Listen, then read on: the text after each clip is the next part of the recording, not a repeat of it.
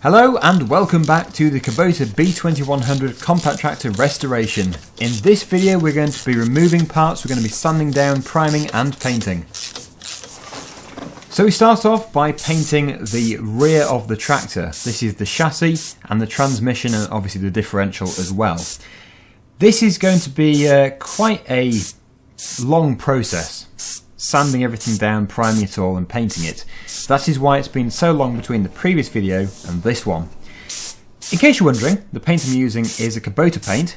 It is dark grey, it's an enamel paint, and the mixture is 20% thinners and 80% paint.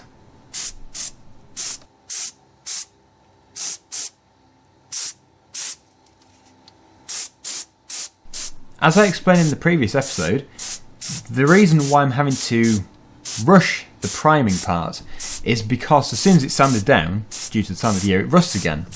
So I'm doing it faster than I wanted to. But in a way that is no bad thing, because it means the project is going to be finished a little bit quicker. So I'm still taking care in every step, but it's just a bit faster than it would have been. Now this isn't appreciated quite so much on the video just because so much has been edited out, and for that matter not a lot has even been recorded because the job is so similar, but the sanding down process is a huge job and it has taken hours to do. Everything has been sanded down with either a floppy disc on a grinder or a wire brush by hand or on a drill, or sandpaper for that matter. But this is the key to getting a good finish with the paint, because if it's not prepared properly, the finish is going to be awful. So I just thought the best thing to do is to sand it all down, mostly off screen, and then just show the painting process, and then really you get the idea of how the restoration is going just from that. Now I have actually recorded a tiny bit of sanding down, but yeah, you won't be able to appreciate how much has been sanded down. I just put it simply, a lot. So there we go, that is the transmission painted. The first coat at least, and as you can see it's actually come out pretty well. It's still drying, it's just been sprayed. I've covered over all the parts which don't want to be painted. I will uncover those after the second coat, but there you go, it's certainly a step in the right direction. Okay, so that is the second coat on as well. What I'm going to do now is remove all the areas which have been covered over, all the masking tape areas, and I'll just zoom into here to show you the paint quality finish. This is cast iron, so you get the dimply effect, if you like. So it's not perfectly smooth, but it never would have been. And I think this would have actually been powder coated originally, rather than sprayed with paint. Okay, so there we go. I have removed all of the masking tape. So there is the transmission fill bung, which should be yellow. I've actually cleaned it up as well with a bit of carburetor cleaner. Just revives the colour and obviously removes any paint which shouldn't be on there. And here is a view from the other side. So I think so far it's come out okay, but the thing is as well, none of this is seen. None of it at all. It's all underneath the seat. Okay, so we're now going to move on to the brand new pedal. This pedal was over £300 to replace the old one which had totally disintegrated. And naturally I'm using new nuts, new bolts wherever I need to. Just a good thing to get into really.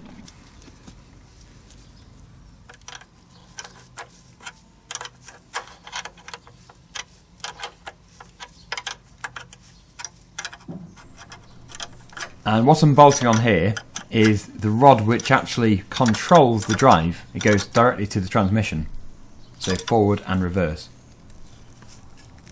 And finally a grease point. I'm just putting in there a grease nipple so that the shaft can actually be greased. Should prevent it from getting stuck again like it did before.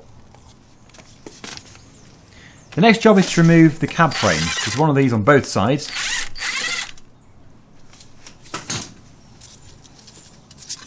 And this thing actually landed on my hand and it hurt.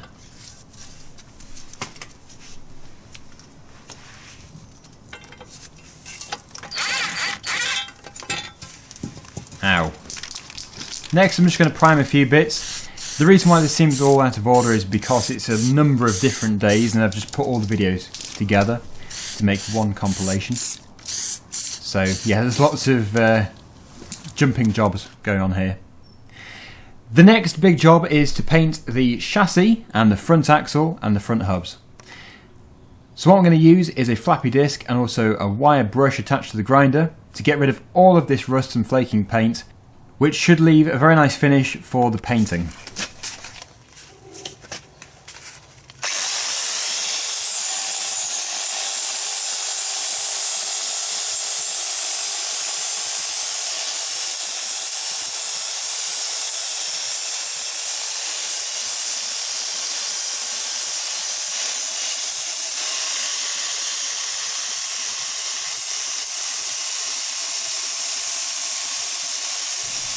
Okay, so 17 days have now passed. I've been doing no end of wire brushing, sanding down with the flappy disc, and basically rust treating everything around the front area.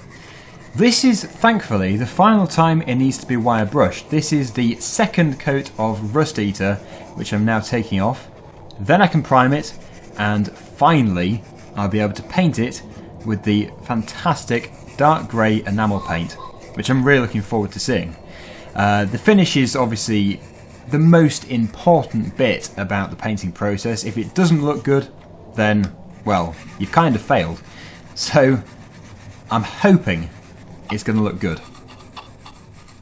So what I'm doing here, like I say, is just wire brushing the remainder of the excess residue which has been produced from putting the rust converter on there.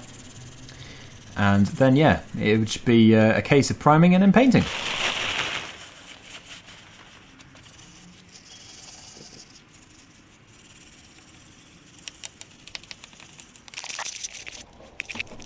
Now what I'm doing is going over the entire area with some pre-paint. This removes any residual grease or dirt or anything that shouldn't be on the bodywork prior to painting, including rust or dust.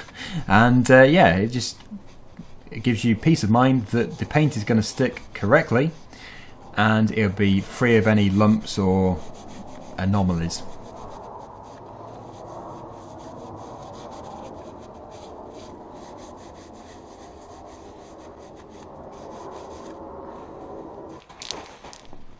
Now for the priming. I'm going to put a sheet down so we don't spray the ground too much.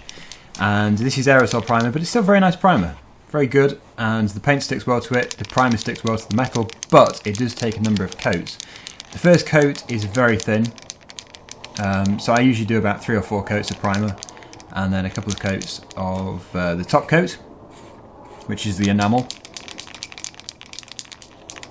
Now I did consider putting a stabiliser on this video clip, just because every time I have to shake the cam, it shakes the camera.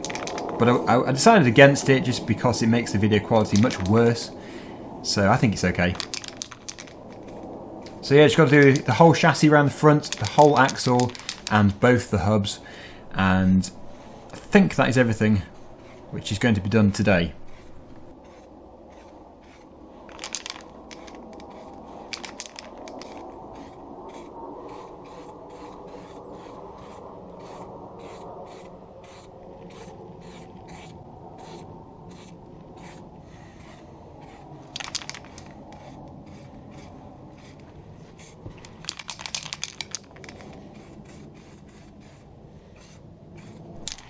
There is just one more area underneath the tractor chassis. There is a section which hasn't been painted yet. I've done most of it, but this bit at the front hasn't been done. So I'm going to prime and paint that today.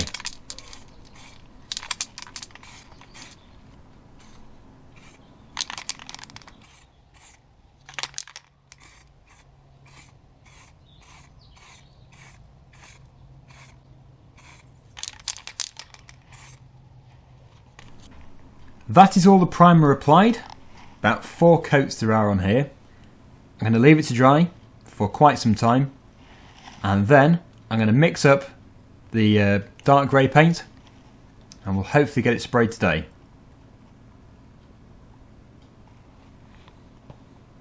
This is a drastic improvement to what it used to look like. And there are some more things which I have been painting in the meantime as well, so I'll just show you them in a second. Here we go, this is the PTO guard with its brand new decal on it, which obviously looks much better than what it used to. There are some other parts as well, but they're all hidden away at the moment. And finally, as we're doing this in chronological order, we're now painting the front of the tractor. The time has finally come. It's only taken a month of sanding down and priming, so it's way overdue. But yeah, I'm hoping the finished product is going to look pretty decent. At the time of recording this, I have no idea what it actually looks like because it hasn't dried yet. But yeah, looking forward to it. This footage does go on for a little while because I wanted to show you in depth every single part which has been painted, and actually off screen after this video I did go around and touch up some more areas, so everything has been painted, even if some bits were missed within this next video clip.